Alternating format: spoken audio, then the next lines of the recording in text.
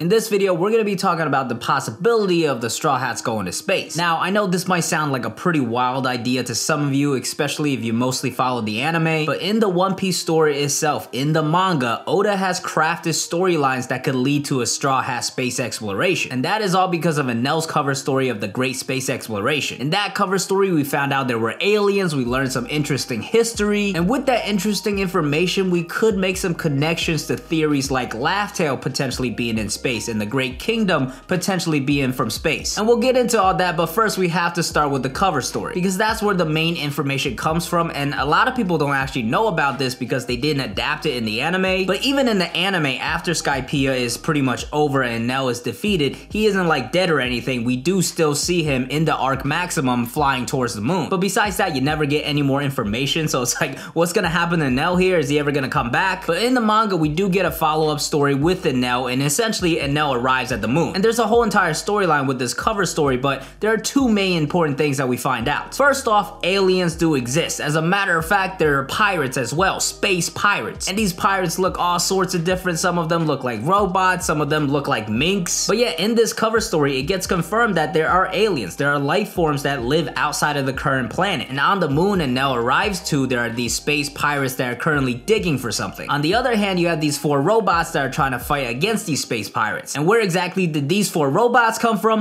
Not actually the moon, they actually came from the Earth. Funnily enough, they were actually developed by some old dude from Karakuri Island, the island that Vegapunk is actually from, and the one that Frankie got sent to during the time skip. So this old genius creates these autonomons, these 4 robots, but then he ends up dying because he sees an explosion on the moon and chokes on his food and dies. So now for the 4 robots, their creator is dead, so they don't really have a mission, so they do the only logical thing they could think of and go to the moon. Exactly do they go to the moon? With just a balloon. Literally one single balloon for each one of them. They hang on to it and just float away into space onto the moon. If you thought Up was impressive, these guys got to figure out to another level. But it's also very interesting here, the fact that they're able to just float into space, something we can't do on our current planet. I don't understand it too much with the air pressure and the layers and all that, so if you understand that, let me know in the comments below how it's different. But there's definitely some sort of layer and air pressure that's stopping you from just jetting out of space. On top of the fact that oxygen is also a thing, but also gotta remember these are robots. So definitely some mysteries there that we'll get into a little later. But yeah, these 4 robots arrive on the moon and eventually they find these space pirates and they start duking it out and they're just getting devastated. But you gotta remember, this is Enel's cover story and he arrives at the moon and essentially just waxes everybody. He first takes out the space pirates and the robots start to thank him and then he takes them out as well. But what's interesting here is he finds a cave that the space pirates were digging, and inside that cave he finds an ancient kingdom. And first off, this ancient kingdom is loaded with a lot more robots and autonomons. And Enel is actually accidentally able to activate all of them because he just blasts the whole thing with his lightning because he's Enel and that's what he's gonna do. So with that, he ends up with a whole robot army. But what's really interesting about this ancient kingdom is this historical graphic, or like this cave painting in a way that he finds. And these paintings actually reveal pretty critical information about who used to live on the moon. Now first off, we do have to kind of remember who Enel is and what his purpose was. He was originally from a sky island called Burka. Burka, he learned about this folktale slash history that their people were originally from this thing called Fairy Verth, which was actually the moon. Now, a lot of people just took this as a folktale and didn't really believe in it, but Enel is a mad lad. He's built different, so he took that folktale and made it his main purpose, and trying to go to the moon became his big thing. So he destroys his island and eventually ends up in Skypiea, builds the Arc Maxim, you know the rest. But now that he's actually on the moon and he's in this ancient kingdom, through these paintings, he finds out he was actually right all along. The people of Burka were actually originally from the moon, along with Shandorians and Skypieans. So all these people from these sky islands were all originally from the moon and lived in this very advanced civilization. But they eventually had to leave the moon because the moon, at the end of the day, is just the moon. You got all this great fairy verth of this magical moon dirt, but you can't do anything with it. Although they had all these crazy robots and technologies and all that, they couldn't really use it because they had no resources. So instead, they decide to head down to Earth, and I'm guessing they don't make it all the way and end up on the Sky Island. Now, you can't tell me after hearing that this information is not gonna play a role later in the story. Like, this is some crucial history. Like, this stuff like happened before the Void Century and the Great Kingdom, because the Shandorians were already down by Jaya about like 1,100 years ago, and the Great Kingdom and the Void Century stuff happened 700 to 800 years ago. But this information definitely ties into the history of Skypiea and what their role was in the Void Century and all that. So at the very least, this information that we're learning from the moon has to come back somehow. somehow. But from this point on, we just have to speculate because that's where Enel's story ends. But just that little bit of information personally gets me very excited about the world of space and what's out there because it establishes history there, and now there's so much more you could explore. Before we even get into the theories of all that, I just want to say, a Straw Hat space adventure, how badass does that sound? That would be just so much fun. Imagine like them going through space and Oda having so much fun drawing all these different aliens and stuff. He's already having so much fun drawing these gifters in Wano. Imagine he doesn't have a limit, he could just go wild with drawing aliens. Going to different planets and Luffy's asking every single one to join the crew. Like, that element of exploration has really been missing in the story for a while, and I actually think peak exploration in One Piece was Skypiea, because who thought that would actually happen? Like,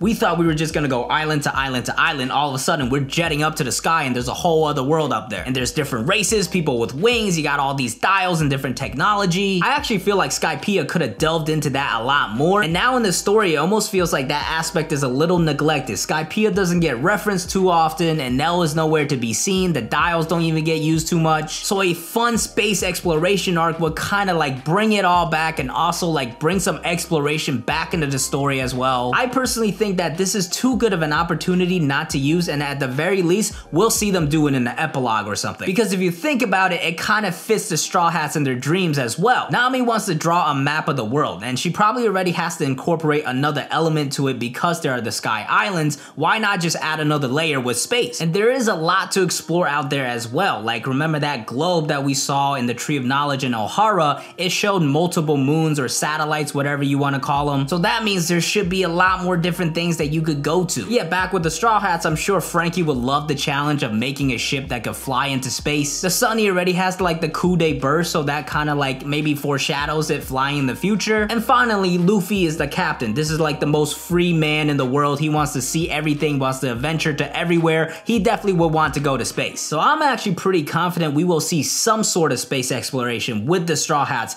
but I want to see like a full arc with it because that would be so much better. First off, Enel was such a good villain. I feel like he can't just be sidelined for the rest of the story, but we've had like so many other villains come back and play a minor role. Of course, Enel's not going to be like another major villain again, but him playing like a little side role would be really fun to see. Some people have brought up the idea that maybe he comes back to Earth and like gets involved in the final war against the world government somehow, but that just doesn't make a lot of sense. Like, his whole goal was going after the fairy verse with the moon. Now he's got like a whole robot kingdom up there and he's just straight chilling. So I feel like if he comes back to the story, the Straw Hats do have to go to him. But the big problem with that is it really doesn't fit into the story. There's so much going on in the world already that the Straw Hats have to tend to and that they have to focus on. It feels like even Wano, something else will be brought to their attention and they have to go there. But there are some different options that could bring them to space, and also some pretty interesting theories as well. Let's start with the theories. The two main theories that I've heard that are connecting the story of One Piece to space are Laugh Tale is in space and also the Celestial Dragons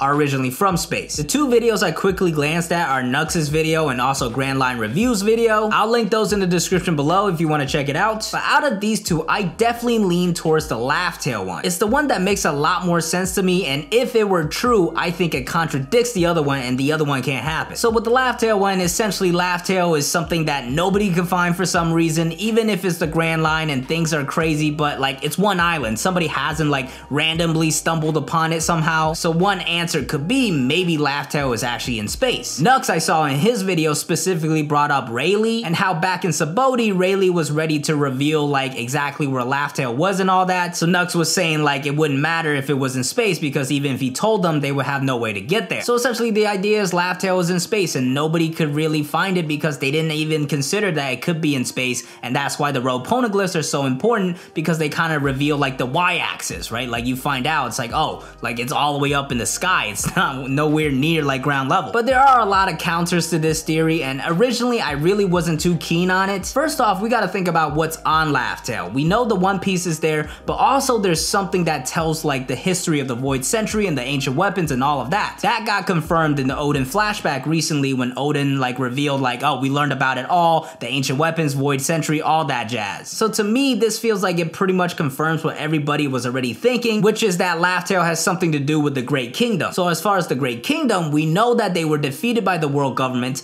and then they probably made these poneglyphs to tell the true story. So whatever is on Laugh Tale is probably something they had to do with as well. Some people even speculate that Laugh Tale is the Great Kingdom. So hear me out, because the next part might might be a little confusing. If Laugh Tale has something to do with the Great Kingdom, where the Great Kingdom put something there physically, or Laugh Tale is the Great Kingdom itself, Laugh Tale being in space becomes very problematic, because it would mean the Great Kingdom would have had to send the One Piece and whatever is telling like the true history up into space onto that island that is Laugh Tale in space, or somehow lifted their entire island and sent it into space. And that seems crazy, especially the second one, but the first one, not that crazy. We did see 4 robots go into space with 4 balloons. I'm not sure about them sending an entire island up there. I feel like that's kind of wild, but them sending like the One Piece and the true history up into space, that's not too crazy. Like if they send somebody like Joy Boy up there to put the One Piece and all that stuff up there, it's kind of possible. And then I really got to thinking like, oh, what if the people of the Great Kingdom were actually from space themselves? Because one thing we do know about the Great Kingdom is that they were a very advanced civilization, and guess what else was a very advanced civilization? That ancient kingdom that Enel found on the moon. So what if the Great Kingdom also immigrated down to Earth, but they went through the Sky Islands and actually landed on an island? So now they got this super advanced technology and actual resources to use it with, and then they start advancing and growing more powerful and becomes the Great Kingdom. Then you get these other 20 kingdoms that get really scared, so they team up and they beat the Great Kingdom, and the Void Century happens and they create the world government, and the rest is history. That's a very interesting theory in my opinion. It's definitely not very concrete, and it definitely came to me as I was just like thinking about this video. Another thing you could kind of tie in here is the names of the ancient weapons. Those were weapons created by the Great Kingdom, and although their names also reference Greek gods, they also have a connection to planets. Pluton with Pluto, Uranus with Uranus, and then Poseidon with Venus. So if the Great Kingdom immigrated from the moon, it would kind of make sense that way as well. Now, there are some issues, and the biggest one with this is that we sort of saw Laugh Tale when we saw the Odin flashback. The panel where they all laughed,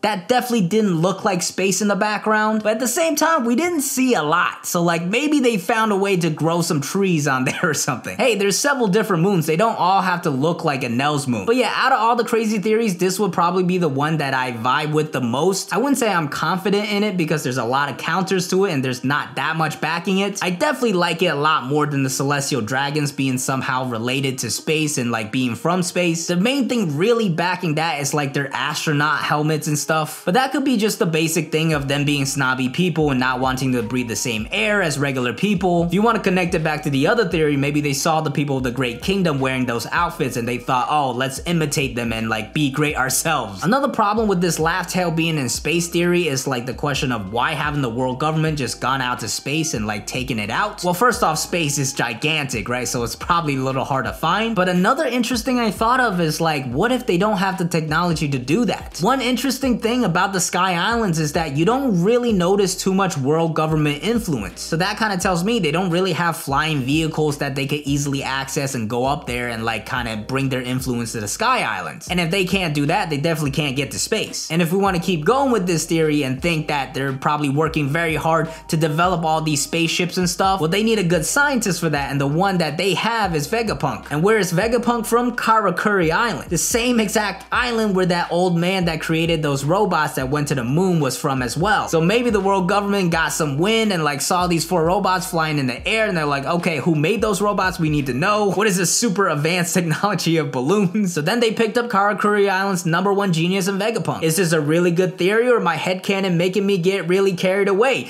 Probably a little bit of both. But yeah, if you want to go with a fun, crazy theory of the Straw Hats going into space, I think this could be a fun one. Imagine Laugh Tale's like the final island and then like Blackbeard is chasing them too, like into space. That would be really cool. But that doesn't have to be the only path that we get a space arc. Maybe the 4th Poneglyph is up there and the Straw Hats have to go up there and get the 4th Poneglyph. Ancient weapon Uranus, a lot of people speculate is like something to do with the sky. So maybe something related to Uranus is out there in space. I think some people have also speculated that Enel has gotten like Uranus. People's Uranus theories, by the way, are wild. Some people think it's Nami. We're gonna end up finding Uranus is just Momonosuke and it's gonna be jokes. But yeah, I do think there are numerous logical ways that the Straw Hats end up in space and we get a full arc of it. But at the very least, like I said, at the very end, I think we will get an epilogue of them going to space. It'd be too much fun for Oda not to do even just a few panels of. But overall, those are my thoughts on the potential of the Straw Hats going to space. But what about you guys? What did you think of these crazy theories? Do you think the Straw Hats will ever go to space? Let me know in the comments below. But as always, thank you guys for watching. I hope you enjoyed. If you did enjoy, please hit that like button. Helps a lot with the YouTube algorithm. To keep up with this channel, you gotta hit that subscribe button, hit the bell to get notified. By the time time this video goes up, the King Pirates cruise should be over.